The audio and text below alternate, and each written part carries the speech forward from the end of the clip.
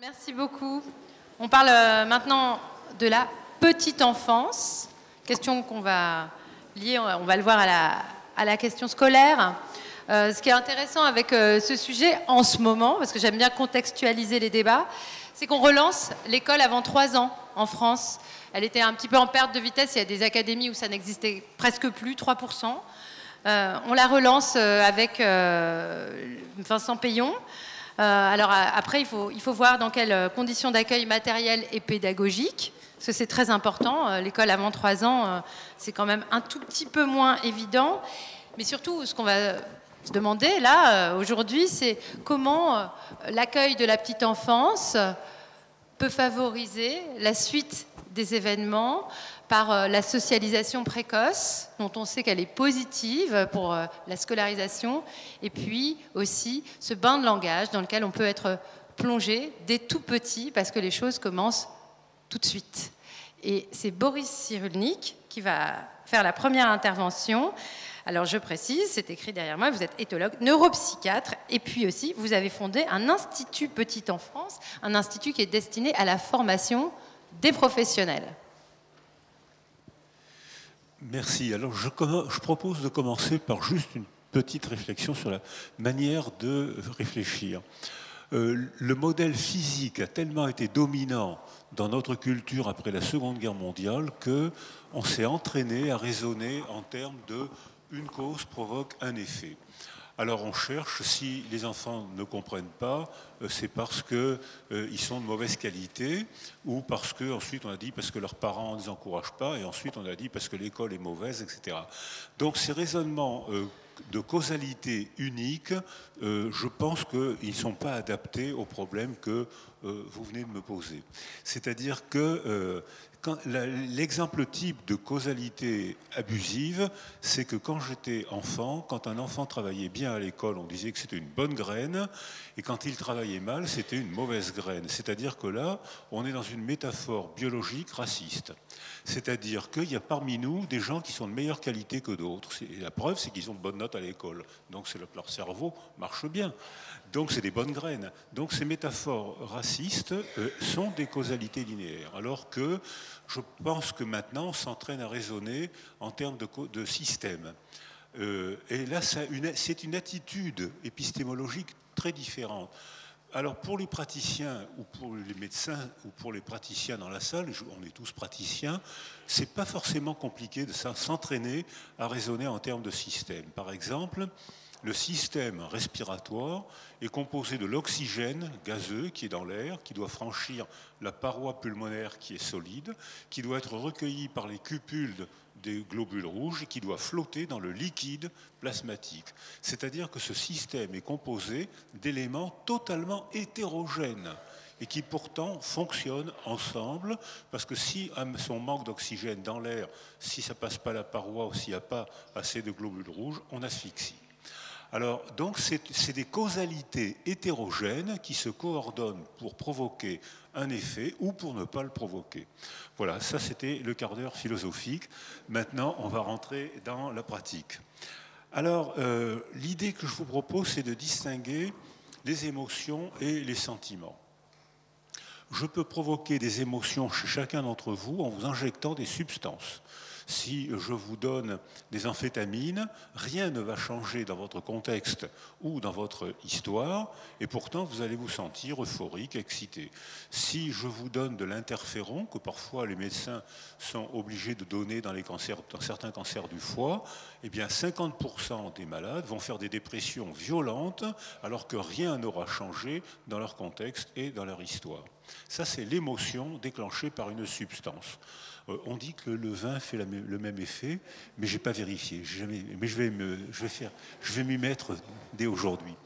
Alors, le sentiment, c'est totalement différent. Je ne peux modifier vos émotions, éprouver dans votre corps, que par un récit. par une représentation verbale, imagée, culturelle, un récit. Et là, vous allez être malheureux si je dis que vos enfants sont minables, vous allez être heureux si je dis que vous appartenez à la classe des surhommes parce que vos enfants sont bons à l'école et que la famille a su transmettre de bonnes informations. Donc c'est le récit qui va provoquer vos émotions, c'est plus une substance. Et pourtant, ça va provoquer des émotions dans votre corps. Vous allez rougir, pâlir, vous allez augmenter vos substances du stress, vous allez vous mettre en colère, vous déprimer, etc.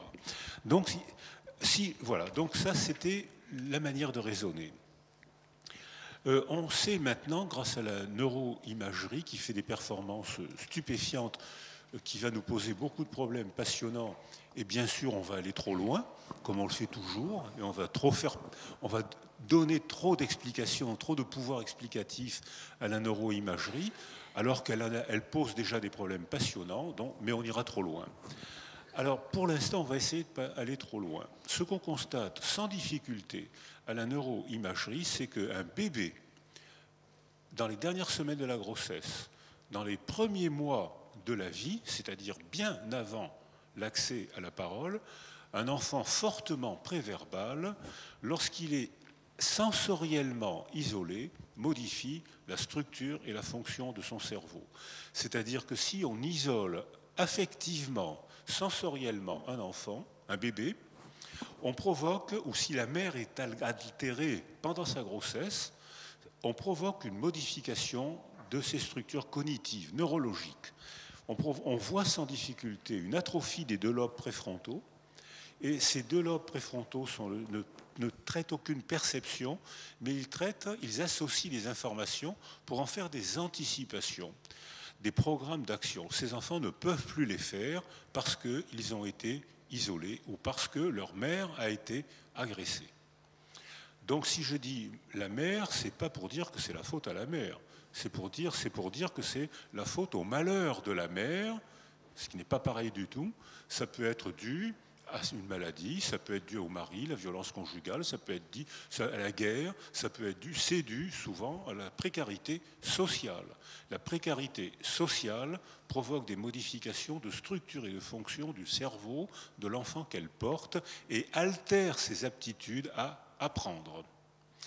Alors là, dans ce genre de raisonnement, on a beaucoup d'images et de publications. On travaille avec Shaul Harel, qui est professeur de neurologie, neuropédiatrie à Tel Aviv. Il a fait une cohorte, comme on dit, de 170 femmes enceintes qui consultaient pour syndrome psychotraumatique, femmes israéliennes et palestiniennes, qui consultaient pour syndrome psychotraumatique parce que dans ces régions du monde, ça ne manque pas. Et donc les psychologues se sont occupés de ces femmes enceintes, plutôt bien. Shaul, étant neurologue, a fait des examens neurologiques et des résonances magnétiques aux enfants qu'elles ont mis au monde. 50% de retard de taille et de poids par rapport à la population générale. 24% de périmètre crânien en moins par rapport à la population générale. Tous les enfants avaient une atrophie fronto-limbique.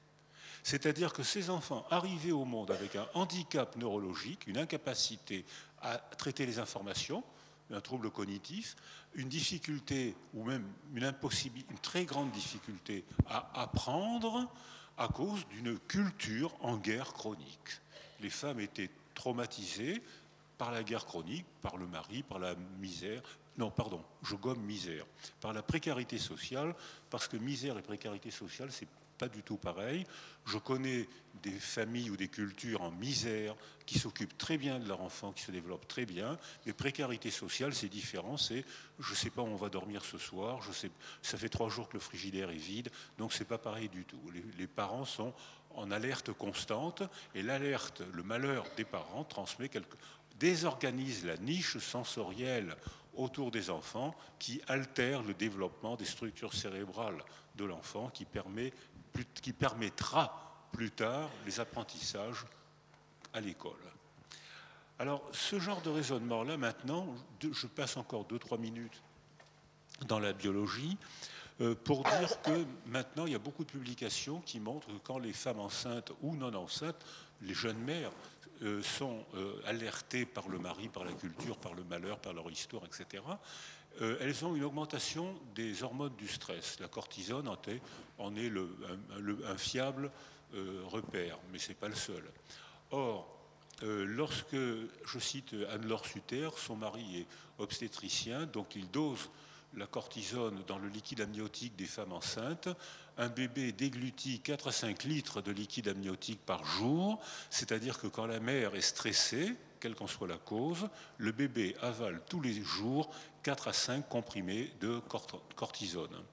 Et la cortisone, à ce stade de développement, fait gonfler les cellules de la mémoire jusqu'au moment où elles éclatent. C'est-à-dire que les altérations cognitives sont dues au malheur de la mère, et je redis, ce n'est pas la mère, c'est le malheur de la mère. C'est-à-dire c'est son alentour, le mari, la famille, la culture. Alors, donc ça maintenant, on voit aussi que lorsque les enfants sont privés d'affection, j'emploie l'affection au sens quotidien du terme, ils acquièrent une vulnérabilité neuro-émotionnelle. Et pour eux, lorsqu'ils vont à l'école, le premier jour d'école, à 2 ans, est un stress. 50% des enfants observés à 2 ans au premier jour d'école manifestent un petit syndrome psychotraumatique, c'est-à-dire énurésie, encoprésie, troubles alimentaires, cauchemars, troubles des comportements. Les enfants qui ont été sécurisés, au contraire, éprouvent l'école comme une aventure excitante, amusante. On va rencontrer des copains, on va rencontrer des adultes. Donc ça veut dire qu'on ne peut pas raisonner en termes de une cause provoque un effet, puisque les enfants qui ont eu une mère paisible, bien entourée, les enfants qui sont les bien partis de l'existence, ceux-là vont éprouver l'école comme une aventure amusante et ils vont avoir le plaisir d'apprendre. C'est-à-dire, c'est le cas de 2 enfants sur 3 qui, ayant acquis un attachement sécure, on a gardé l'anglicisme parce que beaucoup de langues ont les 2 mots pour différencier sécure et sécurisé, et nous on n'en avait qu'un, donc on a gardé l'anglicisme. Or les enfants sécures éprouvent le premier jour d'école comme une aventure amusante et comme un plaisir d'apprendre. Avant l'école, ils avaient le plaisir d'apprendre en jouant, en parlant. On avait fait une observation avec Daniel Stern sur les enfants. L'adulte avait pour consigne de ne pas dire un mot. Et l'enfant rentrait dans la salle et les enfants qui étaient évalués comportementalement et plus tard verbalement comme attachement sécure entraient dans la salle, ils avaient un petit stress. Et puis il s'approchait de Daniel Stern et il lui faisait un babil, il lui faisait une offrande alimentaire, il tirait sur sa manche et ils allaient provoquer, ils allaient chercher l'interaction. Et Daniel Stern donc était sollicité par cet enfant sécure et il attendait et il y avait, disait Daniel Stern, il y avait une proto-conversation. C'est-à-dire que l'enfant ne parle pas, il a 10 mois, 12 mois, il ne parle pas. Et pourtant, il savait quand Daniel Stern, à la prosodie, à la musique des mots, il savait quand Daniel Stern allait finir sa phrase. Alors il attendait que Daniel Stern finisse sa phrase, et puis hop, il faisait un babil, Daniel Stern écoutait, et puis il y avait une proto-conversation entre Daniel Stern avec des mots et l'enfant avec pas de mots, mais avec une prosodie. Et il y avait déjà un échange, donc les enfants sécures se mettent en disposition spatiale d'apprendre les premiers à parler. Et quand ces enfants arrivent à l'école, c'est eux qui vont fournir la population des bons élèves parce qu'ils savent parler, ils savent séduire, ils ont déjà acquis chez eux, dans le ventre de leur mère et dans leur famille, ils ont déjà acquis la confiance en soi qui fait qu'ils vont chercher l'adulte qui va leur apprendre à parler. Alors que les enfants insécurisés par un malheur de l'existence, une maladie, la mort de la mère, la mort du père, la guerre, etc., par un malheur de l'existence, se périphérisent. Ils sont insécures, ils se mettent c'est une observation qu'on avait faite avec Montagnier. Ils se mettent en pourtour, ils évitent le regard, ils augmentent les activités autocentrées, ils se mettent en disposition spatiale de mal apprendre à parler. Et le premier jour d'école, ces enfants ont déjà un retard. C'est-à-dire que c'est eux qui vont fournir la population des enfants craintifs et c'est eux qui vont fournir la population des enfants qui vont éprouver l'école comme une agression. Ils vont avoir peur de l'école parce que chez eux, ils n'ont pas été sécurisés. Alors, il y a beaucoup d'autres manières de faire des observations. Je pense à un travail de Jean-Pierre Pourtois, avec qui on travaille régulièrement, et il a pris une population défavorisée. Dans cette population, beaucoup d'enfants étaient mauvais à l'école. Et il a choisi, au lieu de s'intéresser aux enfants mauvais à l'école, ce qu'il faut faire bien sûr, mais lui il ne l'a pas fait pour des raisons de décision expérimentale, il s'est intéressé aux enfants qui étaient bons à l'école, alors que logiquement, ils auraient dû être mauvais. Et il a trouvé une trentaine de familles à Mons-Hainaut, qui est pas loin de Bruxelles. L'université de Mons est associée à l'ULB de Bruxelles. Et il s'est demandé pourquoi, contre toute évidence, ces enfants étaient bons, alors que statistiquement, ils n'auraient pas dû être bons. Et il a trouvé que dans la difficulté sociale, de l'effondrement économique de cette région où il n'y a plus d'usines, il n'y a plus de mines, eh bien, les deux parents travaillaient malgré l'effondrement et avaient établi entre eux des relations d'attachement parental sécures avec des rôles parentaux associés et différenciés. S'il y a des gens qui sont partisans de la théorie du genre dans la salle, mon espérance de vie vient d'être réduite de 30 ans. C'est-à-dire que mais ce n'est pas moi qui dis ça, c'est Jean-Pierre Pourtois. Hein. Je vous donnerai son adresse après. Si vous voulez envoyer des lettres anonymes, vous les enverrez à Jean-Pierre Pourtois. Alors, donc, ça veut dire que ces observations confirment à quel point la stabilité affective sécurise les enfants, met en place les structures cérébrales et cognitives qui permettent plus tard l'apprentissage dans la vie quotidienne et l'apprentissage à l'école. Alors maintenant, je vais un peu... encore deux notions. Un mot important, c'est... Excusez-moi, c'est pas joli de faire ça, mais je ne veux pas dépasser le temps qu'elle m'a donné, parce que... Donc, c'est le mot plasticité. Il y a eu à Nice, la semaine dernière, un congrès magnifique sur la neuroplasticité et résilience, avec des chercheurs de l'INSERM, avec des chercheurs d'Orsay, qui nous montraient des images de cerveaux d'enfants entourés, qui très très rapidement se remettent à construire dès que les enfants sont sécurisés par l'accueil, le corps, la parole en tant que fonction affective. Il ne parle pas encore, c'est la fonction affective de la parole qui précède et continue même toute notre vie. La parole a une fonction affective, peut-être même plus qu'informative, mais enfin, donc c'est la fonction, le corps à corps. La parole fait partie du corps, le corps à corps sécurise et structure les structures cérébrales et relationnelles, parce qu'un enfant sécure, c'est un enfant qui se socialise bien. C'est un enfant qui va faire son babil, qui va faire son offrande et qui va se mettre en disposition. La première socialisation d'un enfant, c'est le babil. Et donc ça veut dire que la plasticité cérébrale, qui permet plus tard les performances cognitives, est stupéfiante. En quelques jours, ça redémarre. Ça ne veut pas dire que ce soit terminé, ça ne veut pas dire que ce soit gagné, mais le processus démarre et puis ensuite, on fera ce qu'on pourra. Donc cette notion de plasticité, je crois qu'elle dure toute notre vie, puisqu'on a un groupe qui s'appelle Résilience et Vieillissement, qui montre que même dans les maladies d'Alzheimer, il y a encore des bourgeons neuronaux qui continuent et qu'on peut utiliser, même dans la maladie d'Alzheimer, et qui maintenant sont photographiés. Exemple célèbre qui illustre la plasticité de l'intelligence et la plasticité des résultats scolaires. J'ai été au lycée Jacques Decour, à côté, entre Pigalle et Barbès, très bien pour l'éducation sexuelle. C'est-à-dire que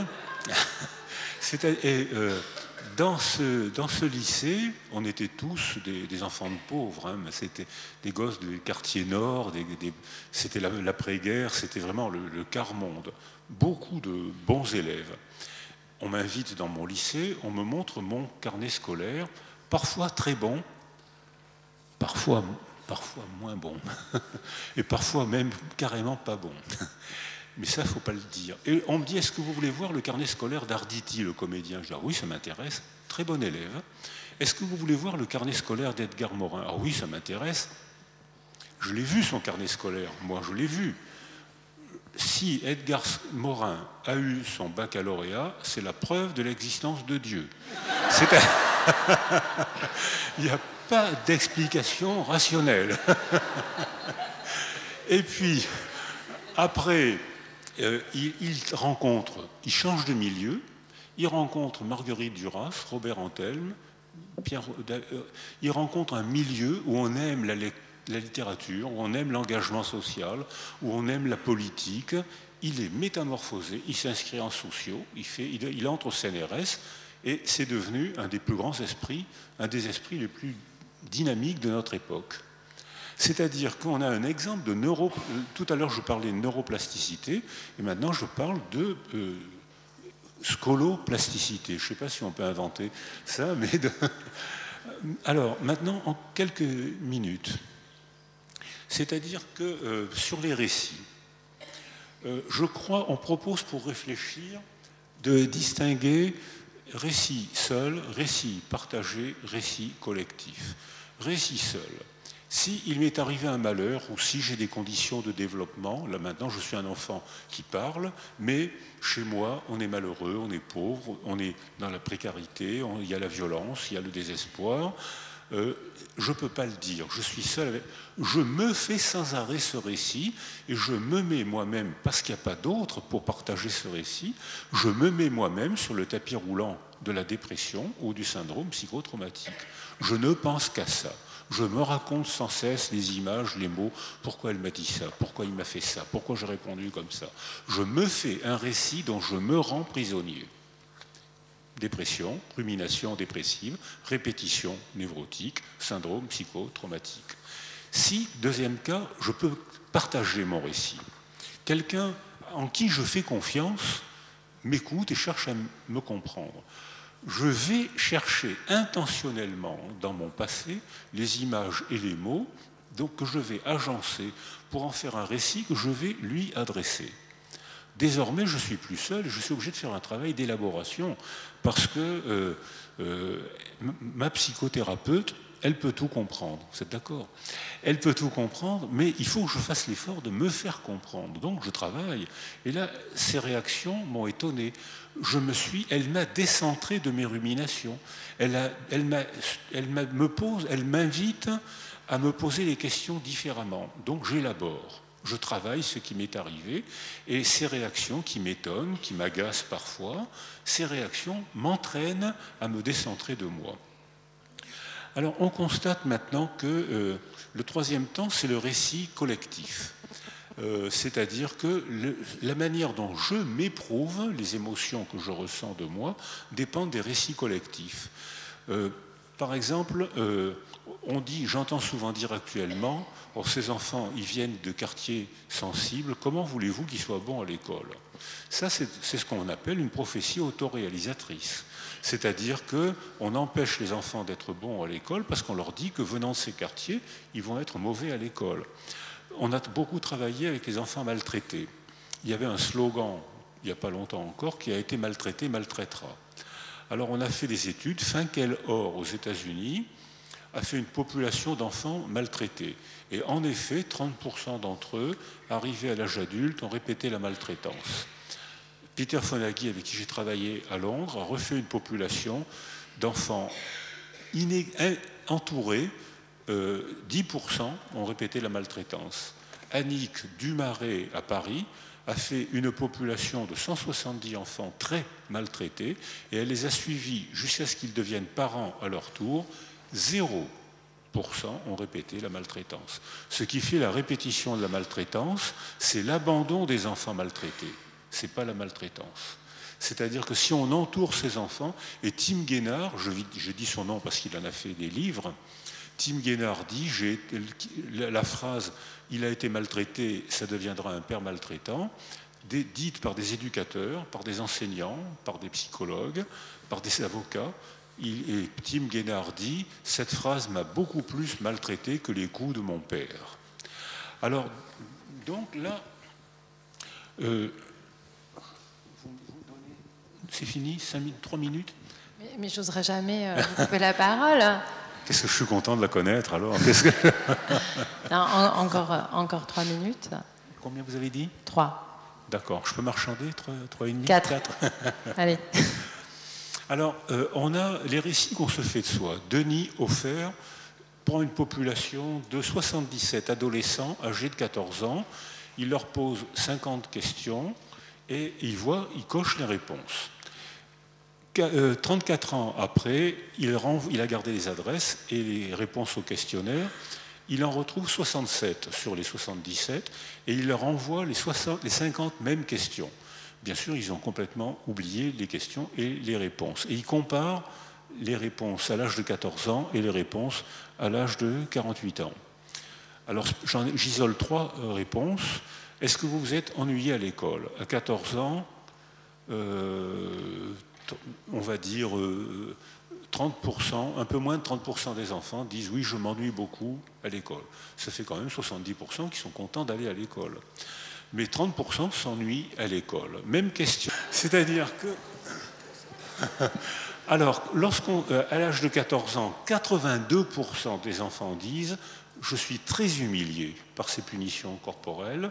Ils ne sont plus que 30% à dire « j'ai été humilié par ces punitions ». Donc ça veut dire que le récit qu'on fait de soi est un remaniement constant. Et si on adresse ce récit à quelqu'un d'autre, ou si on agit sur les récits collectifs, à ce moment-là, on peut modifier la manière dont on se représente l'école, ce qui nous est arrivé, la famille, et là, on a un espace, une possibilité d'évoluer.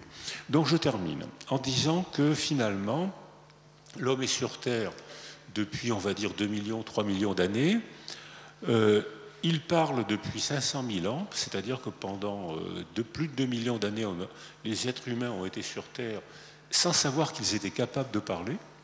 On sait qu'il parle depuis à peu près 500 000 ans parce qu'on a vu apparaître l'empreinte de la sylvienne à la face interne de l'écaille temporale, donc c'est un argument en faveur de l'acquisition de la parole.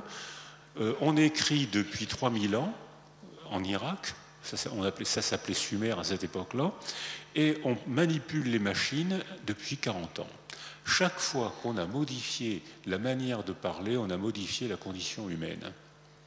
C'est-à-dire qu'on crée un monde de représentation auquel on se soumet. Alors, 2 idées, c'est-à-dire que 2 manières d'apprendre. La première, c'est l'apprentissage par imprégnation. La première langue est apprise en 10 mois, entre le 20e et le 30e mois, tout enfant bien, qui se développe bien, c'est-à-dire l'immense majorité des enfants, apprend ce qu'on appelle la langue maternelle en 10 mois, sans école, sans livre, en 10 mois. Essayez de refaire cette performance dans votre vie. Moi, ça fait 60 ans que je suis débutant en anglais. Donc, alors que si j'étais né en Angleterre, j'aurais appris l'anglais en 10 mois. Donc, ça, c'est l'apprentissage par imprégnation. Alors qu'il y a l'apprentissage par intention. Tu vas à l'école pour apprendre, et dans ce cas-là, tu vas entraîner, toi tu as décidé avec notre aide, à nous adultes, à nous enseignants, tu as décidé, ta famille est d'accord, nous on est d'accord, la culture est d'accord, de t'entraîner, comme un sportif à apprendre. Et si j'emploie l'expression entraîner comme un sportif, c'est parce que à cette réunion à Nice, Galinowski et Parisot, à l'INSERM de Paris et à Orsay, nous ont montré les modifications de tractographie, c'est-à-dire comment les circuits neuronaux se forgent quand on parle, quand on écrit, quand on est avec quelqu'un. On trace des faisceaux de neurones exactement comme un muscle s'entraîne. C'est-à-dire qu'on peut s'entraîner à apprendre, mais pour ça, il faut que l'enfant, la famille, la culture permettent à l'enfant, offrent à l'enfant les conditions d'entraînement. Merci de m'avoir écouté.